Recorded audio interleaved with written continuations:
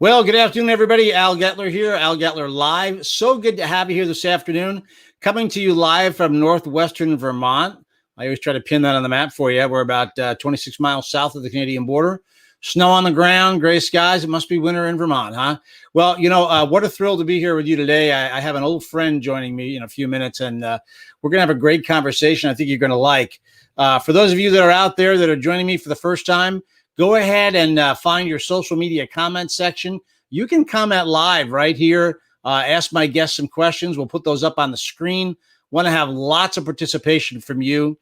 Now, especially if you are a beer drinker like I am, love a great beer, but maybe you decided to do the dry January approach, which I know pretty big in Great Britain and spreading here throughout the U.S.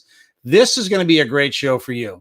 So stick around for the countdown. We're going to do that right now. When I come back, our guest is going to join us.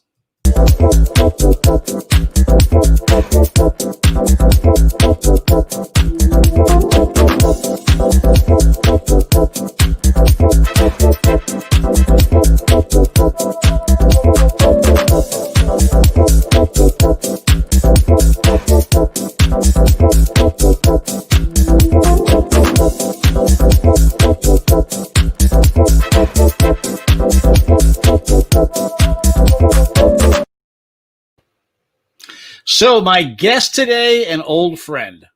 You're going to enjoy this guy a lot, I'm going to tell you, because I have enjoyed knowing him a lot. He is coming to us also from Vermont. Farrell Distributing is where he works. He and I did a podcast a few years back. Had the best damn name for a podcast. We'll talk about that. We'll talk about all kinds of things. Let me have him join us, my friend Jeff Baker. Hey, Jeff. Hey, Al. How you doing, man? I'm good, man. How are you? I'm great. Thanks for having me on the show. Yeah, absolutely a thrill to have you here. It seems like the last time I saw you was in a parking lot of a grocery store. So we'll explain that in a minute. Yeah. Well, Jeff, it's so good to have you here. I'd love for you just real quickly. Can you tell everybody your background, which is so unique, and especially as it relates to the beverage industry, where I met you through a mutual great guy who we'll talk about, Ryan, in a few minutes. But tell us about your background, where you come from, and dude, what's going on with the hair, man? I love it. Yeah, I match your logo there, right? Yeah. So my background, I've been working in the beer and wine industry for about 10 years now. I got started in Florida. I'm originally from Florida. I'm a Florida man. If you follow the social media, you know the kind. I think the hair fits right in. But I fell in love with wine really early on, and was just floored by how interesting and how intricate wine can be. That you could grow grapes, in different places in the world, and have the wine, the same grape varietal, and have it taste completely different. Just really fascinated me, and then that grew into a love for craft beer, and got started kind of in the early, I guess maybe the second wave of craft beer. First wave would be Sierra Nevada and Anchor and those guys. And then, the wave that we're riding right now was when I jumped on early and got really stoked on it. And I've done a lot of things with it. Like you said, the podcast that we used to do. Mm-hmm. And most recently I completed my Certified Cicerone. What now? Tell me what that is. Yeah. So Cicerone program is a professional certification program out of Chicago. Ray Daniels founded it, and he wanted to come up with a system where you could verify beer knowledge the way that wine people have been doing for a long time. So a certified Cicerone is the beer equivalent of a certified sommelier. So, that is very, very cool. And, I would think that's important because I travel the U.S. a lot, obviously more non-COVID time, but I get around, and craft brew has shown up everywhere. And I'm just going to say it. I'm sure some of it's complete crap. And I'm sure some of it's really, really good. And it takes a guy like you to tell us the difference, right? We don't always discern the best and the not so best, especially 3 beers in. But I've had some great stuff regionally. I've had some not such great stuff regionally, and so love to talk about that more as we go on. Before we go any further, what's that, Jeff? I'm sorry. Well, I was going to say there's one thing I always like to point out. There's a difference between a beer that's not well made and a beer that you don't like. This is something that, comes up frequently where people might say, wow, that beer sucks. And you're like, well, does it? Is it poorly made, or you just don't care for it? Some people really don't like the taste of hops, so IPAs are off the table, but the beer might be really well made, just not to their liking. So it's kind of I think the people in the sommelier role and the Cicerone role can get some flack for being or coming off as snooty or snobby, but there is a way to get down to say, this beer is not living up to its potential, and there's a myriad of reasons why that could be. There are times when I like an IPA, like you say, and I'm good with that. And there are times when I've kind of had enough, and I drop back from that. So I think that's absolutely true. Hey Jeff, before we go any further, I got to tell you, this could not start any sweeter. You ready for this comment that came up on social media? Who are we just talking about? There she is. Hey, Sophia. Yeah. Our producer of our podcast, Sophia Trigg, just about one of the finest human beings that I've ever worked with. And, so glad she's here, and we miss those days, Sophia, but and here you go. Love the hair. She still has a great taste, Jeff. She really does. So good stuff. Sophia, good to have you here. So good to have you here. So Jeff, I want to get into it. And first of all, I want to reveal to you and to the audience what I created. I'm so proud of myself today. For people who don't know, I'm a one-man band when it comes to what we do here. So you ready, Jeff? Here is the beer cam, if you will. Okay. And I'll adjust it, but you and I'll explain. We just met in a parking lot in a grocery store. I'm going to move you out of the shot here for a second. We just met in a grocery store parking lot where you gave me this morning some stuff I'm going to try here live on camera. So here is the beer cam in my office. I want to point out, Jeff, that there's a very, very important vessel there that I'm going to wait for our last can that I'm going to try, which is going to be my full can for today. That's my 2002 Ohio State Championship Stein that I'm going to take that last one out of. So I'm just going to point that out to the audience that's important to me. So you cool with that, Jeff? Absolutely. Proper glassware comes in many shapes and sizes. Yes, absolutely. Absolutely. Good deal. All right. Well, let's get to this, Jeff. We are going to talk about some trends that I think are surprising to me. When you said what you wanted to talk about today, I was blown away. So I'm going to throw our first slide up here and take us through what we're talking about with this first overlay. Yeah. So, one of the biggest trends that I see going into 2021 that really got started in 2020 was the non-alcoholic craft beer. This is not something that I thought I would ever be talking about live on a show or spending much of my professional career discussing. It seemed like non-alcoholic beers were just, for the old timers whose doctors said, maybe you shouldn't drink anymore. And they like to crack a cold one. But the NA world, there's a lot of movement, especially with millennials, towards drinking less or not drinking alcohol, and the craft beer world has really jumped on it. So what we're seeing here is Weihenstephaner from Bavaria in Germany. This is the world's oldest continually operating brewery. Now, 1040 they started brewing. Oh, not this morning. Not this morning. 1040 CE. Right, the year before I graduated high school. So perfect. Yeah. Well, I don't think they were brewing non-alcoholic beer in 1040, but that brewery has been clipping right along. And this is a really cool option because it's a Hefeweizen. It's a non-alcoholic wheat beer. So for people who don't like hops at all, we mentioned that earlier. It's got this nice kind of citrusy banana fruitiness to it, and a little bit of clove phenolics from it. What amazes me, it pours with a nice head on it too, which some people like that. And I mean, is that real life? Is that what it looks like when you pour it? It absolutely does. Yeah, we don't have one of those to pour live today, but that's okay. That's German wheat beers are known for high carbonation, and with the wheat in the mash bill, you get a nice protein lattice work building up that head, and nice lasting head on the beer. Yeah, I just found that pretty fascinating. You don't think about that with a non-alcoholic beer, but then that was impressive.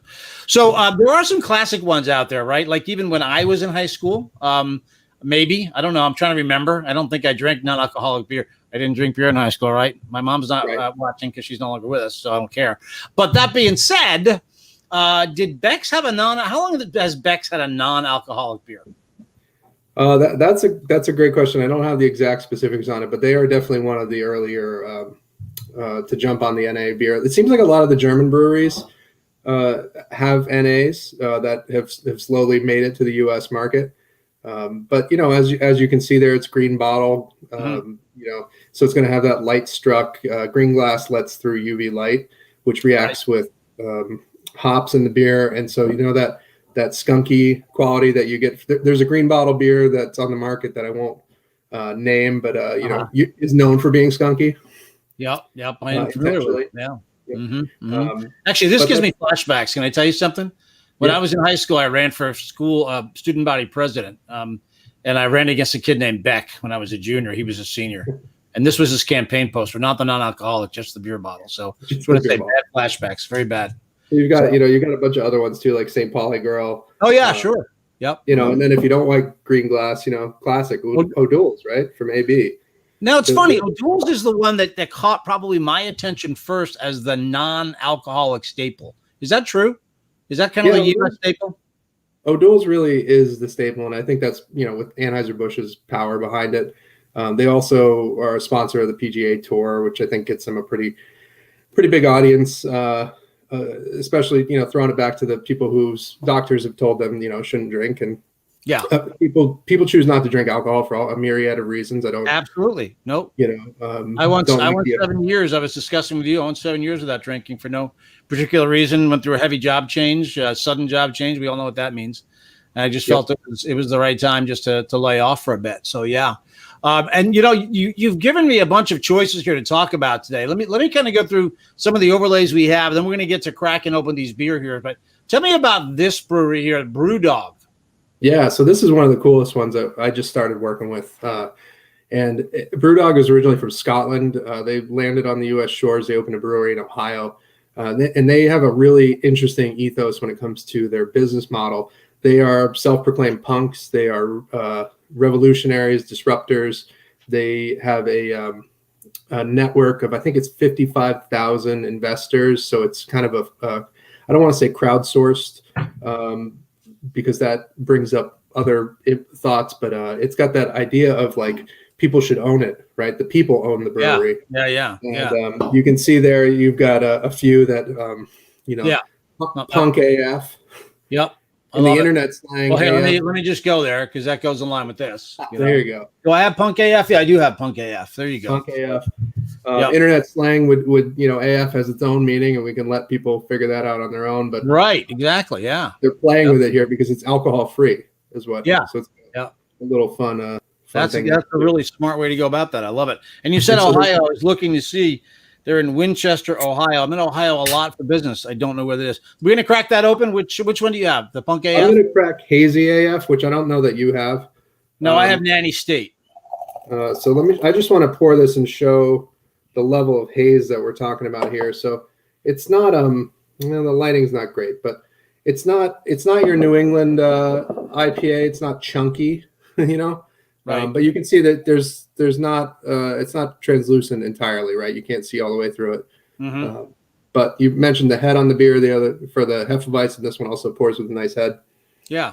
And for those fans of Vermont IPA, the Fiddleheads, the Hill Farmsteads, that kind of thing. This is an awesome non-alc option. Oh wow! Because you get that pungent citrus kind of tropical fruitiness that all the Vermont IPAs that put Vermont really on the map.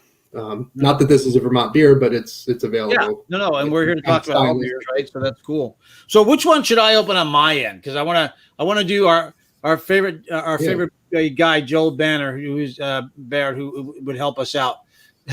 Be great. I'll do the microphone. So should I open the Nanny State? Is that what I? Yeah, open the Nanny State. That's a cool beer. All right, and I'm not as fancy as you. I don't have clear glasses to pour to today. So I just don't have enough room. But let me get that sound. You ready? Nice. Was it good? That's nice. Good? All right. Quality. So this is the Nanny State. Tell me a bit about what I'm about to give a sip. I'm going to do it right out of the can. So yeah. So this is kind of a cool one. Brewdog was in an arms race with another brewery brewing the world's strongest beers, and they got a slap on the wrist from the UK government. And I don't remember all the exact details, but basically they said, okay, you're gonna fine us, or you're gonna come after us for making the world's strongest beer. We're gonna make a low alcohol beer and call it Nanny State. And so this is a different version of it. The original Nanny State, I think, was like 1.3% alcohol. But now they've turned it into an alcohol-free beer. So all these, for the most part, that we're going to talk about, unless I mention it, are less than 0.5% ABV. Yeah, you're reading that on the label there. Yeah, less than 0.5% right there. So the U.S. government says if it's below 0.5%, it qualifies as non-alcoholic. Interesting. So you might have 0.4, 0.3%. It might be 0. It's all based on how they process it. So some NA beers are brewed. These guys everybody has a proprietary process, right? Nobody's trying to give up trade secrets. So they say they ferment it to the point just before alcohol starts to be produced. Some breweries brew a beer full strength and then strip the alcohol. So there's a myriad of ways to get it, but everybody's kind of mum about exactly how to do it. Yeah, and I like this. I taste the citrus right out of the gate, right? Mm-hmm. Yeah, Nanny State.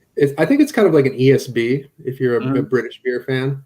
So if you were to pour it would come out a little browner than the. Yeah, I'm sorry. I should have had more clear glasses here today, and I'm sorry we don't have the same beers on both ends here. Yeah, that's okay. No, this is good. We're trying both, and it just hit me too. I'm at Winchester, Ohio. I lived in Ohio for a decade. This is basically Columbus, Ohio, and I'm not shocked at all. Columbus does have a craft brew scene going on in Columbus. Kind of a surprising city when you go there. Pretty funky place. I like Columbus a lot. It's got a lot of diversity in all kinds of ways. So keeping on the Brewdog theme here, this is the Punk AF. So what am I gonna find when I open? Wait a minute, hold on. Let's do the Joel open. You ready? You gonna join me on that one? All right, here we go. Yep. Nice. Okay. Yeah, let's do a cheers, a virtual cheers. Cheers. There you go. Boom. So Punk AF is more of a West Coast style IPA. Oh, yeah, definitely. So more of that more bitterness, more pine. Still some citrus components for sure. Yep. But maybe lemon instead of like orange. Exactly right. Yep. Maybe even grapefruit. I'm not sure. But this actually, I just had a craft brew. I did some traveling during COVID, and I was in Astoria, Oregon, right on the water. And there's a craft brew there, and this tastes a lot like one of the alcohol beers that I had there, but very reminiscent. I'll have to think of the brewery, but yeah, very reminiscent. This is good. I mean, you mentioned that, saying that I think is the biggest hat tip, right? Is that these beers taste like full strength beers. They don't taste like watered down imitation beers. They say on the can for Brewdog, they say near beer because that's a term that gets used for things that aren't 0.0% ABV, but it kind of gives it I think they use it a little tongue in cheek, little punk rock mentality, but they don't, if you were to blind taste test these, I would probably say they'd come in around 4%. I'd say they're session beers in regards to how they feel. Yep. But they've done a lot with their brand too that I like, including United We Stand for Better Beer, Fiercely Defiant, Independent. I mean, you know what you're getting here with Brewdog, right? Yeah. Postmodern classic. I'm not even sure what that means, but it's a good beer. I like this really, and it is reminiscent. It's full. There's no disappointment in this beer whatsoever. These guys have taken it a step further too, and founded the world's first. They're saying the world's first non-alcoholic bar, which I think you have a slide of there. It's all NA products. Their beers. They're also doing non-alc beers from other breweries.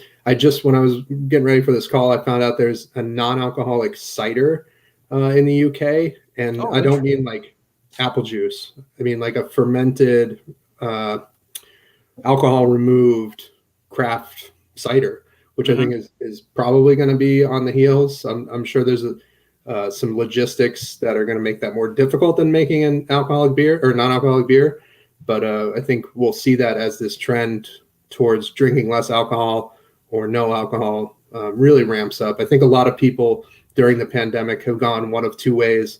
A lot of people have either been drinking significantly more or significantly less. So I think, there's definitely going to be an acceleration on this category as more and more brands start to get into the fray. Well, what I like about the trend, I'm going to switch on the beer cam here for a second, is, someone like me that volunteers as a first responder, there are nights where I'll pour a beer, and there are nights when it'd be nice to have a beer, but I can't because, it's up to me to cover. So that's very cool. I'm very intrigued, by the way. You gave me some bling, which you know me well.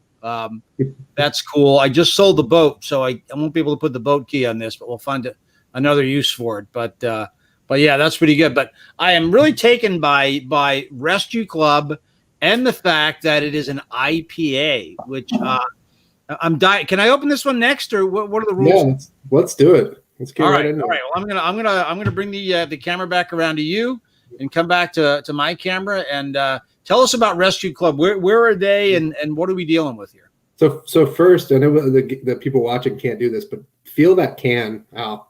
Yep, I will. Okay, let me hold it up and bring it to the screen here. Okay, so yeah, that feels luxurious. I'm not going to lie. Is that what I'm feeling? Yeah, it's a new printing process that. Yeah, this is really cool. You'll see some breweries start to use. It almost feels like it's sprayed on, which I don't know what the process is, but it's not the classic slick aluminum can feel. Yeah, there's no seam, so it's not a wrap either. That's interesting. No, it looks. Yeah, at first I thought it was a wrap, but it's not. Yeah. So Rescue Club is a collaboration project. All right, let me get my microphone sound going here. There we go. Again, I'm jealous of the pour. I'm just doing it the back bed of the pickup truck way here. Cheers. Cheers. This is an IPA. This is an IPA, another IPA, but this is Rescue Club Brewing, which is Vermont's and Burlington, Vermont specifically, newest brewery. This is a collaboration project between Chris Nelson, who is a co-founder of Citizen Cider, and Zero Gravity Brewing, which was founded by Paul Saylor and Rob Downey. They and Matt Wilson. I can't forget Matt Wilson, or I'll get yelled at. This is a new project. It's going to be all non-alcoholic beers, and just coming off the line. I think they launched 2 days ago, actually. Yeah. This is really nice. I like this a lot. So a bit lighter. Yeah. Than the Brewdogs. But it actually reminds me a lot of the Zero Gravity beers. So if you're a fan of any of the Zero Gravity hoppy beers, Rescue Club is a great option to grab too. And it's the newest one, and it's local to us. So always. And I like everything they've done with their branding here too. I mean, I appreciate good label work and good branding, and this is really nice, nicely done. So yeah, hats off to these guys. Right on Pine Street, huh? Yeah, right at Zero Gravity. That's really nice. I like the aesthetic of it. I think it's there's been some discussion about on the social media feeds about whether people like it or they don't like it. But I think really any good brand is going to have that discussion, right? Yeah. Anything that's worth anything that has been taken the time to design a brand and really, down to the texture of the can. Those are the brands that get talked about. If you're not getting discussion and you don't have haters, your brand might not be that interesting, right? Well, it's fascinating you say that. I'm gonna bring something up on the screen here, and it was the can that caught my eye, and I said to Nancy, my wife, "Look at this," and that was the Budweiser Zero can, because for all the other reasons why this can took away all of the brand and the color.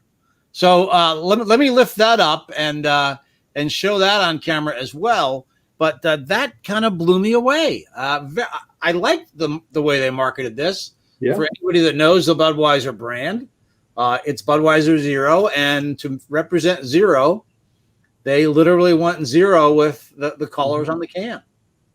I love negative space in design work, and I think that's a really great way to do it. Is that it's all negative space, right? It's the zero. It's 0.0% alcohol, so it's for those who are abstinent or avoiding all alcohol. This is a good option. Did you recognize who was in that slide that you showed there, Al? No, I started looking at that and I took it down, but let me put it back up again. Tell everybody who that is. That's Dwyane Wade. Ah, gotcha. So he's on there on the AB team for promoting this product. They're targeting athletes, I think, is kind of their angle, which is another interesting thing to watch these brands, who their target audience is. And a lot of non-alc brands have gone for the active lifestyle, people who want to maybe enjoy a beer but not get slowed down or not have the negative effects of alcohol. Or like you said, first responders. That's another great point there too. Yeah, no, absolutely, and I love the fact that they've gone after that market. That's amazing. So I'm just curious to try this. Can I just give this a quick sip? Is that something? Do it. You ready for me to do? Yeah. You go ahead. Yeah. Well, no, you go ahead with me. Come on. There it is. Nice. Right. Now, for those of you at home who are just joining us, the reason we're doing that is it's tradition. We had a podcast called "It's the Beer Talking," and that was always our fun to get the beer talking. Let's just try this. Yeah, it's the beer talking. This is not the beer talking, in fact, because I guess it is, but it's not the alcohol talking. It's not the alcohol talking at this point. So I could see why that would be nice on a hot summer day, but when it comes to stacking up against the flavors, it left me. It's not a craft beer option, right? It's not trying to attract that audience. Yeah. It's for the people who like that, kind of macro corn and rice lagers, right? Right. But what I will say about this is it's not sharp at all. Some of those macro ones have this kind of tinny, metallic kind of bite to them, right? Whereas this one is straight through. It doesn't have that. No, absolutely not. Absolutely not. I kind of wish almost that I had some water in between what we just tried and that one. That probably would have made a big difference. It kind of rinsed the palate a bit. So ice cold to your point, though, they go down easy. Yeah, absolutely. So I'm excited about one thing you sent me too. Going back to Brewdog for a second, I didn't put this up before. Brewdog Cafe. This must be in Columbus, Ohio. So that'll be someplace I'll have to visit. That might be in Scotland, actually. I'm not. Sure. That's right. You said that they're well. I'm not sure, actually. We'll have to look into that one. Yeah, because they're saying Columbus, Ohio brewed, but maybe that's just the AF beers. I don't know. Interesting. Yeah, the stuff we're getting stateside comes out of Columbus. I'm not sure 100% where that slide came from, but one of the cool things they're doing at that bar and other bars across the country are starting to jump on board too, is introducing non-alcoholic spirits. So you can see on the back bar there, it's hard to read. The opposite side from the coffee grinders, there's two bottles with like a swoop on the front. Those are Seed Lip, which are non-alcoholic gins. And then I'm holding Liar's Italian orange non-alcoholic spirit. This is, you can tell by the color, is kind of a Campari or Aperol sort of spirit, but zero alcohol. And I tried this, as you can see, it's about half empty, in some cocktails and with some San Pellegrino.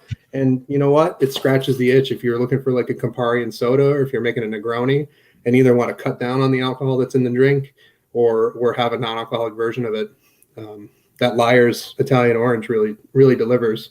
That's pretty incredible. I mean, this is a whole new world to me that you would have the non-alcoholic option and the minimal alcohol option, even for mixed drinks. So that's very, very cool. You mentioned something before, Jeff. I want to get into the observation you made about millennials. You said that more millennials are looking away from drinking. What's the trend there? What should we know about that? Well, without going too deep down the rabbit hole, there's a lot of growing interest and the continuation of the interest of where the food and drink is coming from, and the ingredients that are in it, and the let's say biology, your biological reaction to what you're consuming. I think that generation really has kind of embraced that and wants to know more and more about the products that they're consuming. And I think that alcohol is just starting to slip in some regards in terms of being interesting. Cannabis is a huge topic, especially here in Vermont. Sure. As cannabis rises, there's a lot of discussion. Is it quote unquote taking market share from alcohol? Are people just spreading the love around? Are they consuming both? So there's a lot of unknowns. But for what it's worth, that generation isn't drinking as much. It's interesting too. Obviously, with the year we've had, there's nothing more fun than flight trials, flight drinking, where you are able to go to someone like yourself that knows a lot about beers, especially wine as well, and try flights of things and just see what you like and don't like. I think we've been so boxed in sometimes by either traditional brands in our family, what our friends drink. To me, flight trial is a lot of fun. Speak to that, if you will, for a second. Will we see more of that, you think, or will that even be further emphasized as we come back from COVID and back to face-to-face? I think the flights, tasting flights, have always been really intriguing for people, especially at a brewery. If you're at a place where you want to try many of the products, there's the craft beer world really has what I would call like the collector mentality, where people want to collect them all. They want to try them all. Right. And when you're talking about an alcoholic product, there's some hazards that come along with that. So if you wanted to try 12 different beers, you would be pretty useless thereafter, and hopefully not getting behind the wheel of a car. It would not be advisable for anybody really. That's what Uber's all about, right? Exactly. Yeah. And even if you did take an Uber, 12 beers deep is, I don't want you to be in my Uber if I'm the driver. So the tasting flights definitely have their place for that, where you're just having 2 or 3 ounces and then you end up consuming about 1 beer, maybe 2 beers over the course of the flight. COVID really put a kibosh on that, because having containers open, where people are breathing, and that's really, so to have like 8 open things in front of you is kind of a big hazard. So hopefully we'll get back.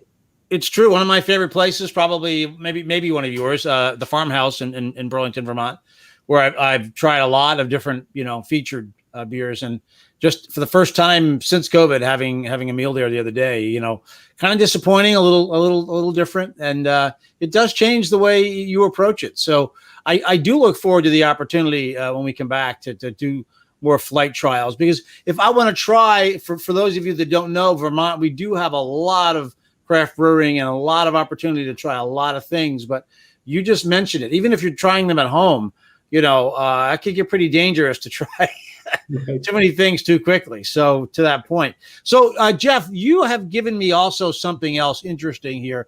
I'm going to hold it up. And this has just caught my attention in the past year, but yerba is something that a lot of people are starting to enjoy. First time I had it was at a Thai restaurant. And this is called Clean Cause, right? Yep. And tell us about this. How is it made? What's in it? What's different about this drink? Yeah, so yerba mate is a type of tea, essentially, and has a good amount of caffeine in it. These 16-ounce cans, has 160 milligrams of caffeine. It also carries a lot of B vitamins and things, so it was used in traditional settings for energy. So people would make yerba mate to keep going, and those B vitamins that they didn't know about at the time, but that was kind of the magic of the tea. So this Clean Cause is a really unique project that was founded by a gentleman who was in recovery and became sober and wanted to have a project to give back and help other people who wanted to live a sober lifestyle. So 50% of the profits go back to the local markets where the product is sold for sober living scholarships. Pretty And I incredible. think you have a slide there for Vermont. Yeah, the impact we've had on Vermont is right here. Yeah. Yeah, so $22,000 have been generated for 44 sober living scholarships for the state of Vermont. So it's a pretty unique product in itself, and then also to have that give back component too, to help other people who are trying to get clean and put their life on the right track, whether it be from alcohol or from drugs or whatever it is. And it's, it's also brewed, right? Tea is brewed. So we're not. I was gonna say, that's why it ends up in our discussion today, because it's brewed. Yeah, exactly. And another great dry January option. Now I'm not gonna open this one because in about an hour, my yerba drinking 16, God, she just turned 18-year-old, who by the way is the student body president. She's going to be home, and she loves yerba, and she's the one I first tried it with, and it really is great. It's really pretty refreshing. So as we're starting to wind down, I waited for the one can you gave me because I like a little caffeine in the afternoon to get me going. So I'm going to switch, Jeff, to the put you on camera and switch to the beer cam here. And we're going to do my first actual pour and bring that on screen. So let me go ahead and put that on there, and we'll do the pour with. And you tell us what it is that I'm pouring here, please. All right. So you got Brewdog Wake Up Call. So this is their espresso infused non-alcoholic stout. So I think we're about I think it's roughly 30 milligrams of caffeine you're going to get here, and a nice pitch black dark beer. Okay. I think it says on the side all day coffee stout. Let me give you the sound effect first. There's that. And now I'll lean the stein in. And this is my one person camera crew here. Can you tell, by the way, I had to stack the cans so you could see them. How classic is that, dude? A VHS copy of It's a Wonderful Life. I was going to ask you what VHS that was. I actually opened a drawer in my office, and I don't know why, but this was in here. But I'm glad to find kettle of fresh. Anyway, so let me pour this and see what this looks like. All right. Oh man, yeah. Look at the color. Nice, rich, dark brown color. Yeah. Wow. Yeah. How's that treat you? Smell that too, right? I'm sure you can smell it. Absolutely. It's absolutely permeating the room. And like a fresh pot of coffee. Exactly. So I'm going to bring this around and put you back onto the camera. Tell us a bit about why they did this. And while you have one poured with it. I didn't get that nice head on this. There's something wrong with this the stein, I think. Tell us about that a little bit. That was a operator error there, Al. Come on. I see nothing has changed, Jeff, since the last time we've done this together. That's right. Yeah, let me give this a try. Yeah. Nice, beautiful upfront coffee. Nice bitterness to it from it too. Not a super heavy stout either. I think a lot of people will see stout or think stout, and they see that color and they assume that it's going to really bog them down. Like drinking a steak. But this is fairly light bodied. It's a lot of the best stouts in the world aren't very heavy. And we talk about body, but if you think about skim milk being light bodied and whole milk being full bodied, right? It's that kind of density, that viscosity. This would be maybe 1%. So for anybody who's an amateur too, and not really into beers, or not amateur, I didn't mean to say that. Anybody who's not into beers heavily, give a common known name for a stout for people to compare this to. Yeah. So if you were thinking, locally we'd have like 14 Star Maple Breakfast Stout. St. Albans, which has coffee in it as well. The biggest, the biggest one is Guinness. I think most people would think of Guinness. That doesn't have coffee in it, but no. But anybody that doesn't, if you've tried a Guinness and you don't like to chew your beer, that's what Jeff's talking about. And this has a much lighter, and that's where I was going for the Guinness, because I love Guinness. Yep. And having a Guinness in Ireland is it's a full experience because they work so hard at keeping it fresh and poured the right way. But and I'm holding up my Ohio State mug. It's got nothing to do with other than just keep giving out some good feeling. But this is nice, and this is the Brewdog Wake Up Call. Yep. And tell me, when it comes to distribution, you work for Farrell, which is a distributor. Do you distribute all of the products that I'm holding up here? And what about around the country? How can folks find these? Yep. So all the products we talked, all the ones that we had on the camera today, we distribute here in Vermont because of interstate commerce laws, hangover from prohibition.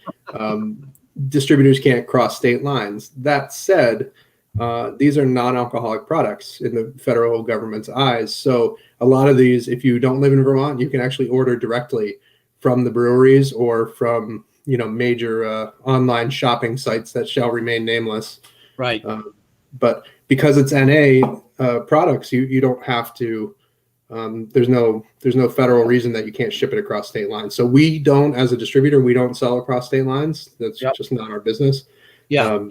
But consumers can usually find these directly from the breweries, which is unusual. Normally we talk about craft beer. You gotta get it through the 3-tier system, right? Right, exactly. Yeah. Well, a comment here, Dale Brown said, really interesting and really great that some profits go to help the addiction issues, which goes back to the, to the yerba clean. And Dale is a guy who knows that I will have an occasional alcohol-filled beer, but this is really a refreshing opportunity for people, and I like it a lot. And like I said, my 18-year-old loves yerba, so I'm saving that one for her. And we'll put this other comment here, by the way. This came before. Shucks, miss you both. So always good to hear a shout out from Sophia.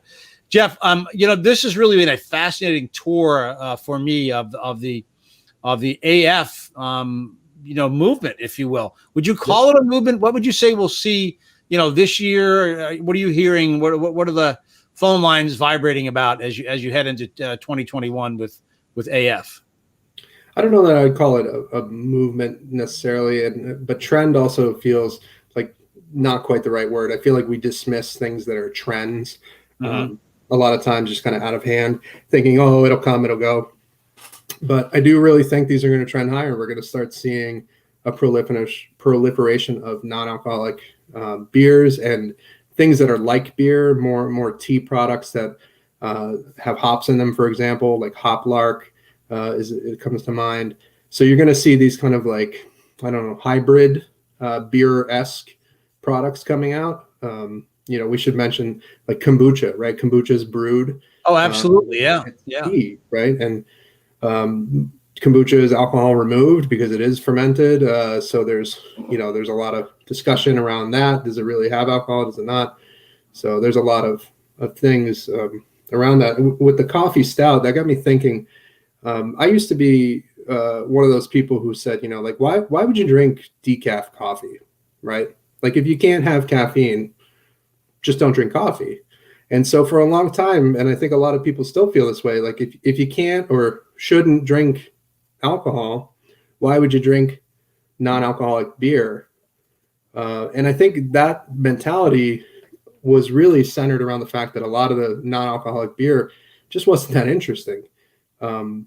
Or I would say, it just wasn't interesting. No, I'm going to agree with you. Duels was the first one I ever had, and it was no knock on Duels. It didn't rock my world. But everything I've had today, I want to go back and try again, which is a great sign.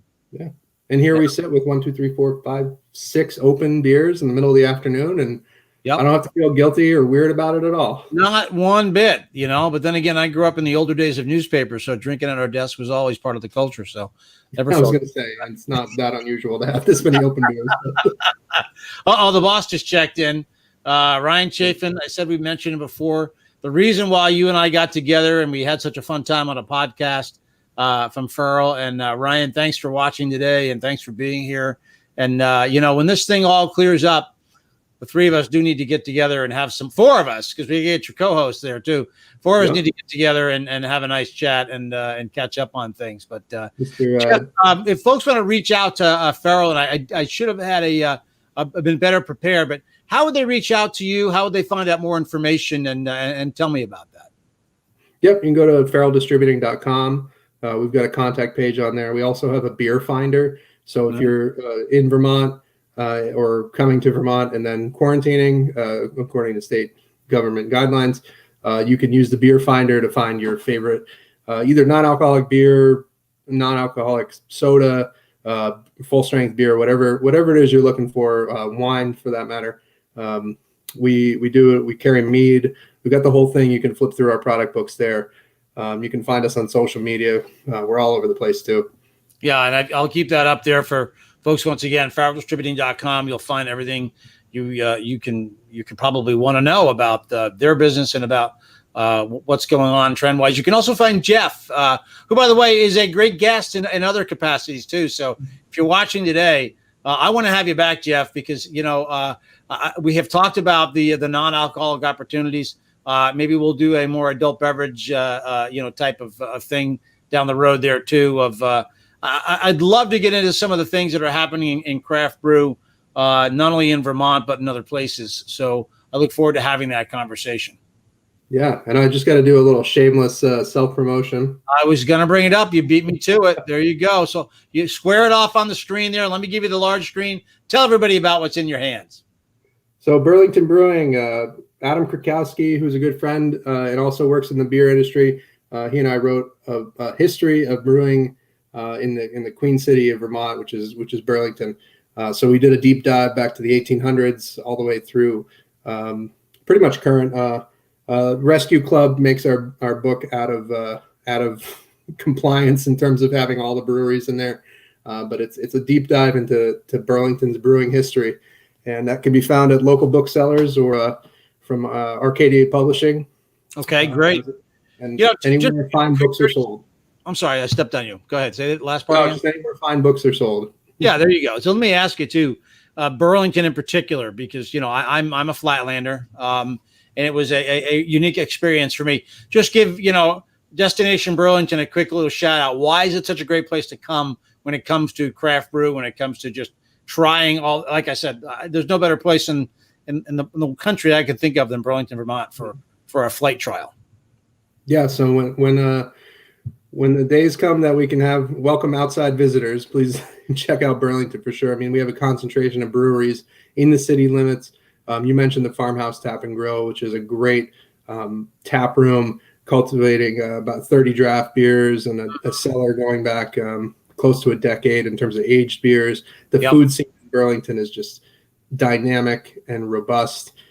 Beer is considered an agricultural product in Vermont. Yes. And gets treated the same way, farm to table, brewery to table. It's just a really awesome beer and food scene. And the people are great. It's not snobby, right? It's down to earth. It's not Portlandia, we should say. A place I go to quite often. But yeah, I would say that's probably true. It has some similarities and some differences. So it is a great place. And like you say, when things get better, people ought to come here. It's a great place, especially as I always say, in the summertime. There's no finer place to be than Burlington, Vermont. Just a great place to visit. And here's the good news. When things do get better, the beers are on Ryan next time. Yes. So, yeah, we really nailed it. Jeff, thank you so much for being here today. I'm going to have you go backstage here. I want to give you a proper goodbye. I'm going to say goodbye to the folks here on the show, and we'll have you back again real soon, I hope. Take care. Thanks a lot. I appreciate it. All right.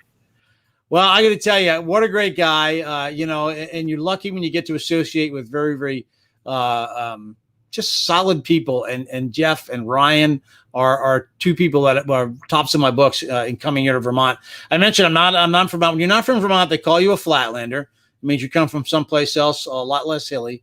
We've been here 6 years now, and it's just an absolutely wonderful place. And I'll when I sign off here in a moment, I'll go ahead and put my backyard up on the screen, and we'll get going.